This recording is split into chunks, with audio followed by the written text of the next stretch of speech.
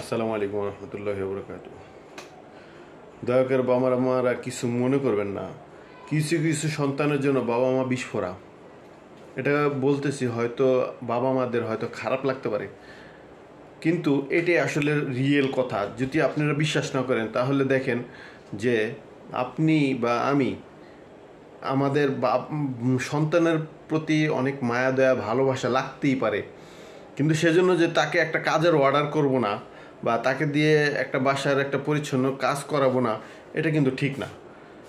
দেখা গেছে যে আপনি বা আমি যদি বেশি আদর করি, যে কি যে এই এই কাজটা ওকে দিয়ে করাবো, বাসার এই এই এই অগোছানো কাজটা, যেমন ফ্লোর মুছা, বা অনেক সময় বুয়া থাকে না, বা ঘরটা মুছতে হয়, বা ঘরের কাপড় চোপড়গুলো গুছাই রাখতে হয়, এইগুলো দেখা গেছে গুছানোর ক্ষেত্রে আমরা মনে করি যে আমাদের সন্তানরা খারাপ মনে করবে বা করবে না, গুছায় রাখবে না।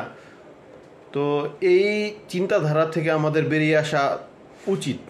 আর না হলে কি হয়, দেখবেন যখন আপনার সন্তান একাকী পরিবেশে থাকবে, তখন তার ভিতরে ওই মাইন্ড সেট আপটার কারণে যে কি আমার তো মানে গুছানো লাগে না, তো এই মাইন্ড সেট আপের কারণে তার ঘর অগোছালো হয়ে থাকবে, নোংরা হয়ে থাকবে, সে ময়লা ভিতরে থাকার অভ্যস্ত হবে, মানুষের উপর নির্ভরশীল হয়ে যাবে।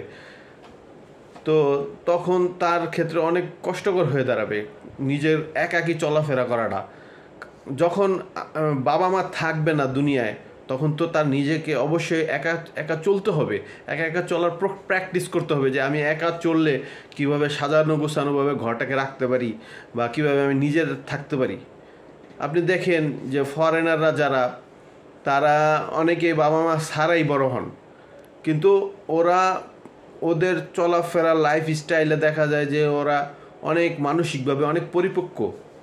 এর কারণ একটাই, ফরেনারদেরকে আমি অনুসরণ করতে বলতেছি না, কিন্তু আমি বলতেছি যে আমাদের এই মানসিকতা থেকে ফিরে আসা উচিত।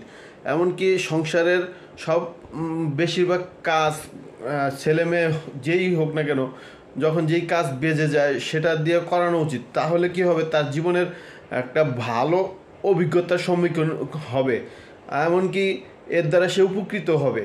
যেমন দেখা যায় যে অনেকে দেখা গেছে যে সংসারে সন্তানকে দিয়ে রান্নাবাড়ি করায় না, পরবর্তীতে যখন সেই সন্তানটা মানে হঠাৎ করে রান্নাবাড়ি করতে যায়, তখন তার মশলা এদিক সেদিক দিয়ে দেয়, তখন সেই খাবারটা সে খেতে পারে না, সেই বেলার খাবারটা তার নষ্ট করে ফেলে দিতে হয়।